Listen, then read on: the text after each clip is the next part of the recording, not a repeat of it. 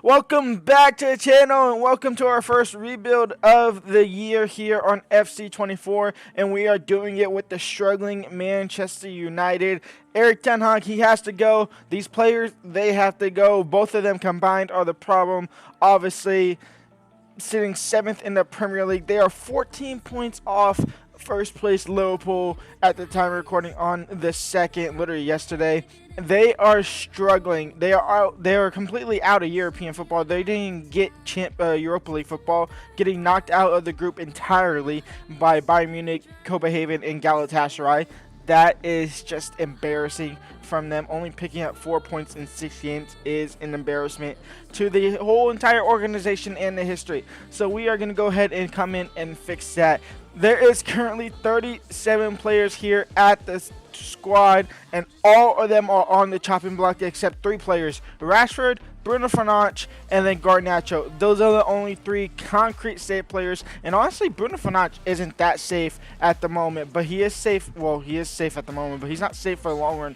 Rashford and Garnacho definitely are safe for the long run, but Højlund, he might be gone. Antony, I want him gone, the fidget spinner. Amrabat, I might cancel his loan. Casemiro, he's too old for the squad. Delot, he's terrible. They're playing Evans at center back in 2023.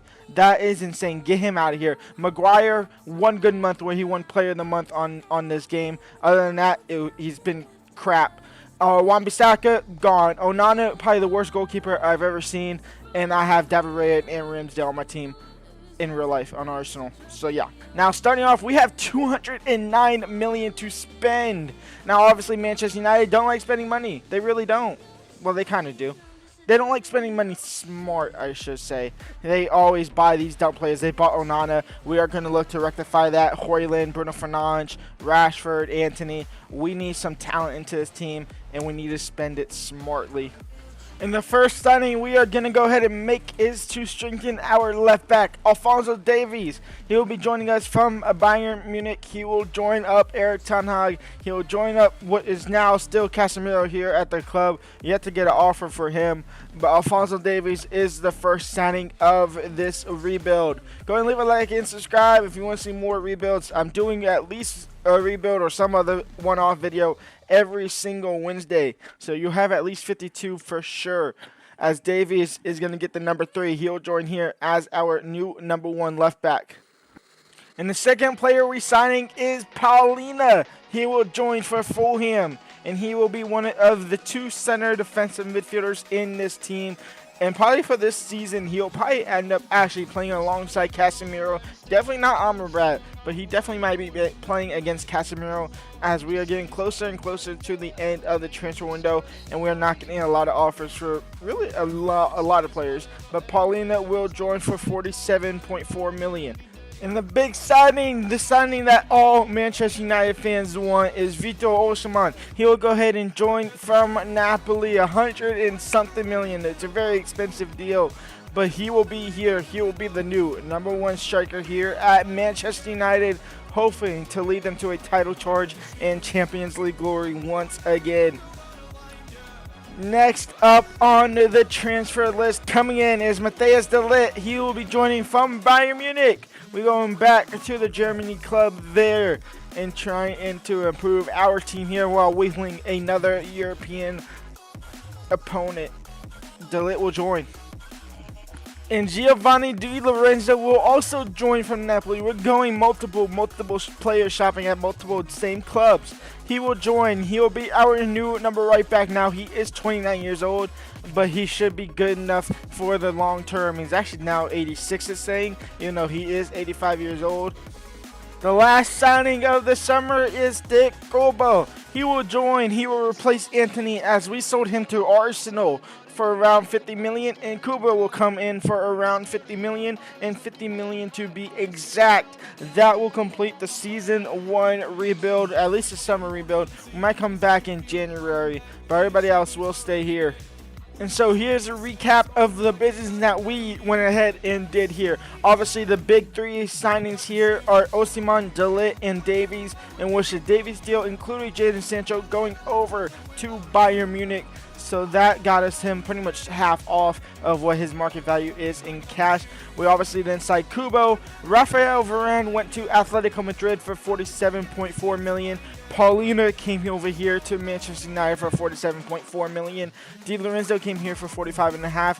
Antony went to Arsenal for 43.7. Luke Shaw went to Villa for 32. Wan-Bissaka just recently went to Newcastle United to 22. Ericsson is over at City now for 21 million. McTominay just got sold to Atalanta for 18.7. Harry Maguire got sold to Fiorentina. Diallo got sold to Everton. Van de Beek got sold to Chelsea. Pellistri got sold to Leicester City. And Heaton got sold to Rangers. And this is your main starting 11 team. It's Osimhen, Rashford, Bruno Fernandes, Kubo, Paulina, Casemiro, Davies, Martinez, De Ligt, Di Lorenzo, and Onana. So only, was that 3? Well, 1, 2, 3, 4, 5. Only 5. Yeah, 5 players have staying in the starting 11. There's 6 changes to the starting 11. And honestly, we can make 1 or 2 more if we replace Casemiro and Onana, in all honesty. I think Martinez is a great center back, so I think he might stay around for the long haul as well, seeing as he's only 24 and he's already a decent left back, center back on the game. In real life, he's trash. On the game, he's kind of great. So we are going to go ahead and sim all the way up to January and see where the boys are at in the league. Leave a like and subscribe. Halfway through the first season here, and Manchester United are currently sitting first, tied on points with Manchester City. 48 points for each, the same exact record. We just have a better goal difference by 3, with Arsenal sitting in third, 8 points behind, and Chelsea is 3 points behind Arsenal and 11 points behind us. Now, we are technically still in the Champions League. I could have just simulated and gave us all L's, but I did not. We're just going to go run straight through it. And in fact, we go ahead and finish the group in first. And we play against Real Madrid in the first leg. So this could be a very short rebuild. Let's go ahead and see what happens in the Champions League. The first leg of the Champions League, and De Ligt is out with an injury. So who better to come in for him than Evans? That's exactly what's going to happen here. Paulina is a little bit tired. We can go ahead and quick sim this game. It's a 2-2 draw. A Rashford brace in 5 minutes. Goes ahead and level things up and saves the game from being a complete disaster. On to the second leg. Second leg, and De Ligt is coming back from injury, so he will play this game. Everybody is fully fit. Can they get the job done? Yeah, screw it. I don't care who's not on the bench. It's a 2-1 win. Rashford and Kubo get the job done. Rashford a hat-trick in both in the, well, a hat-trick of goals combined in both legs, as well as Kubo getting on the score sheet as well. And Rashford will send us to the quarterfinals of the Champions League. I thought we was gone after the first round. I can't lie. Next up in the Champions League, it's Arsenal. Let's go and see if we can take them down. Arsenal at Old Trafford. What is going on? Why do we not have players on the bench? Who's hurt? Oh, Lindelof is hurt. So Dalot's going to come onto the bench because why not? And I accidentally simmed through it, and I meant to quick sim. We will just go and jump to a result from the beginning. A 0-0 stalemate there. Martinez and Davies picking up a yellow card. John Jules is playing for Arsenal. That's interesting. Antony is not starting over Saka. That is great to see. I was fearful that would happen. I'm glad it is happening. And second leg, and Osimhen is out with an injury now. Our players are just getting injured. Højlund will start. Martinez is out with a red card. Lindelof is back, so he will start as well. Can we put Martial on the bench, or is it not going to let us? Where is Martial? Oh, Martial's already on the bench. Okay, cool. So we are going to go ahead and put Mount and then Dalot on for Martinez. And we're going to hope Højlund can get the job done and Lindelof can hold his own at the back. And that's exactly what can happen. And in fact, Højlund go ahead and get the goal in between Kubo's little brace there. A 3-1 win that sees us go into the semifinals of the Champions League. This might be the quickest rebuild I've ever done. And it's Napoli in the semifinals of the Champions League. First leg up. Osimhen is still out with injured. We are just going quick sim. It's going to be a 1-0 win there. Rashford scoring in the 50th minute there. 3 shots, 3 chances. We score only 1. In the second leg, Osimhen still out with an injury. Can the boys get the job done without their star striker? Yes, they can. Mason Mount scores a winner in the 78th minute after a Labaka equalizer in the 29th minute. Bruno Fernandes missed a penalty in the 50th. But we are in the Champions League final in our first season of asking. It's a bit unrealistic, but screw it. And with one game left in the league, we will not win the Premier League. It will go ahead and be Manchester United. Arsenal are looking to fight for a spot in the top 5 against Liverpool. Villa are sitting in 4th. They can go ahead and get knocked out at 4th if Liverpool win. That would be unfortunate because Liverpool need to lose for Arsenal. Spurs could also get into the top 5 as well. Technically, Newcastle could as well, but they would have to have a massive goal difference catch up there. The bottom 3 are Sheffield, Luton Town, and then either Bournemouth or Burnley. And Chelsea play Bournemouth and Burnley play Forest. So Burnley have a better chance of staying up, even if they both lose. It's a Manchester derby in our first rebuild of the first season.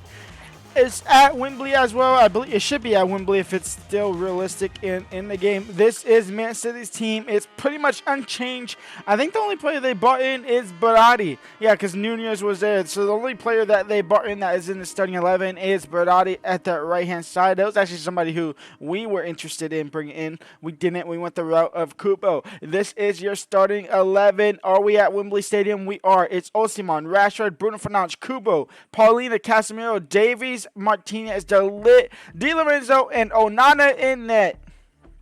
Champions League final. We are on ultimate. So let's see what the boys can do. See if we can end the rebuild in only one season as we just get the ball away in the first minute of the game.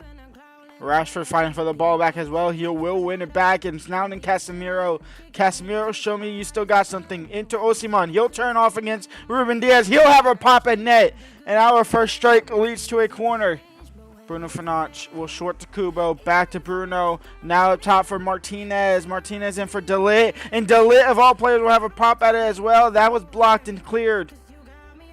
And somehow that's not a foul, but we will take it. It's now Di Lorenzo. Di Lorenzo into Bruno Fernandes. And Bruno Fernandes with the Trivela! And Manchester United are going to go into the break with a 1-0 lead.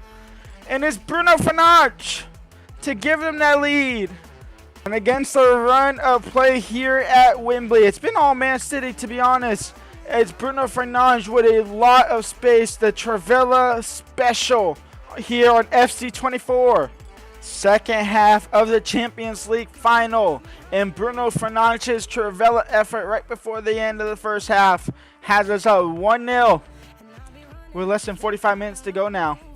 It's Berardi on the ball though. Paulina, that's a foul. Wow, the foul for the 45th minute goal was more of a foul than that. Matheus Nunes is going to come off for Christian Eriksen. He'll be playing against his former club here in the final of the Champions League. It's Kevin De Bruyne. He missed it. Haaland, and they're back to level terms. We can't stop Erling for too long. It's taken him 60 minutes, but he finally gets that breakthrough. And we are back at 1 apiece in the Champions League final. Into Erling. Erling now into Ruben Diaz. He'll get a shot off, and Onana will palm it out for a corner. Kevin De Bruyne on the ball. Kevin De Bruyne crossed in. Haaland can't get there. It's Martinez to clear, and it's Bruno Fernandes by himself.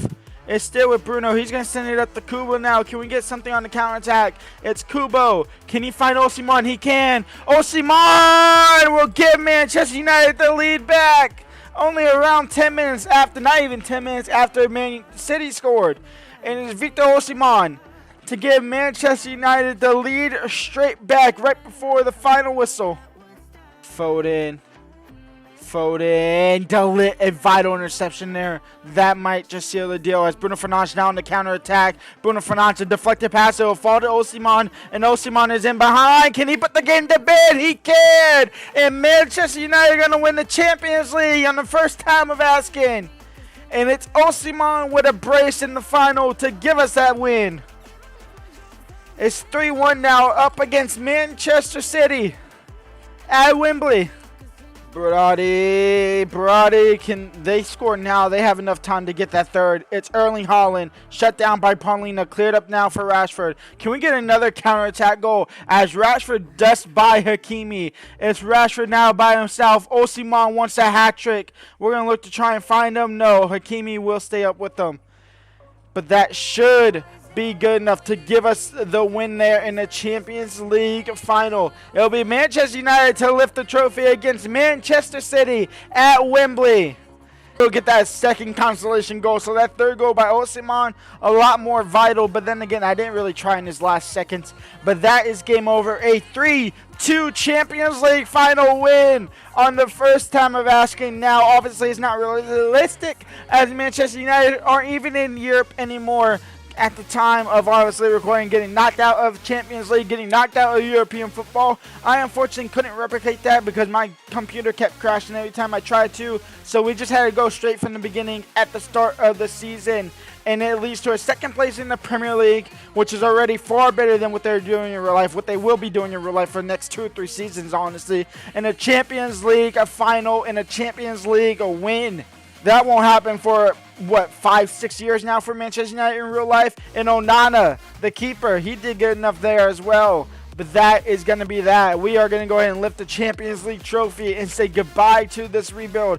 And what seemed to be like, I thought I was going to be here for a couple hours. I was only here for an hour and a half, and most of that time was me just not playing the game at all and just simming through it. And Bruno Fernandes, the Trivela man, the man that started the goal spur, lifts the trophy. I'm just rambling on now at this point. If you enjoyed this rebuild, go ahead and leave a like and subscribe. We're back tomorrow for Real Madrid Career Mode episode number 3. Peace out.